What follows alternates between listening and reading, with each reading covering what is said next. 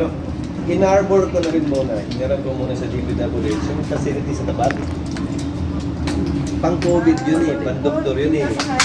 2 bedrooms, 2 beds yun per container eh. Pag dagat, sir. Dito lang, sa parking natin, the additional parking. Okay. So, nanghiram ako ng 5. In case, pero in the case of Mayor Go, kung meron talaga siyang security threat, doon na muna siya sa may PNP. Pero later on, kasi ayon sa OSA, ito unang pagkakataon na ganyang karami ang inisyo ng warrant na sabay-sabay. Tama ba, Bert? 8. 4 na babae, 4 na lalaki. So, dati kasi pa isa-isa, pa dalawa. Eh ngayon, 8. So, kailangan natin Paano yun, sir? Solo si Mayor Go, tapos may yung iba magkakasama? Hindi, kamag-anak naman yung iba eh. Ah, so pwedeng isama rin? Ang importante para sa akin, sama-sama ang babae, sama-sama ang lalaki. Tinanong ko nga yung usa ay doon sa bagong Senate building. Ate, huwag nyo nang idagdag doon sa issue. Sa bagong Senate building, pang-dalawahan na naman yung detention natin. Hindi mo, di ba, mas malaking building, damihan na Mas natin. concern. Dapat pang 20? Di ba, pang 20 na. 20 lalaki, 20 babae. Ngayong facility, di ba, may CR for 20, may CR for 10, whatever.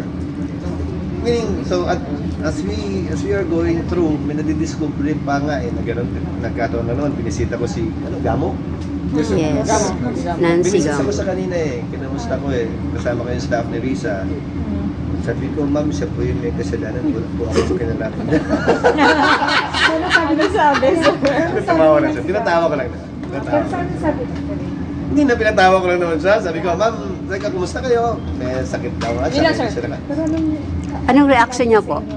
Okay naman siya. May sakit daw siya, kaya hindi siya nakadalo. Sabi ko, so regular ba kayo check up? O, daw, twice a day. Kamusta naman? Sabi niya, valedictorian daw siya sa lahat ng blood test niya. Sabi ko, ano ibig sabihin nun, ma'am? Meaning, sobra-sobra sa marka. Yung ba ibig sabihin ng valedictorian? So, mataas lahat. So, sinusubukan namin na, sabi ko, regular siyang check up daw, twice a day. So, doon ko hiningi yung rules and regulations ng mga nakadetain sa Senado. Nakita ko nga, luma na, yellow na yung papel, so pinareview ko na rin. Kumusta siya, sir? Bored na bored na.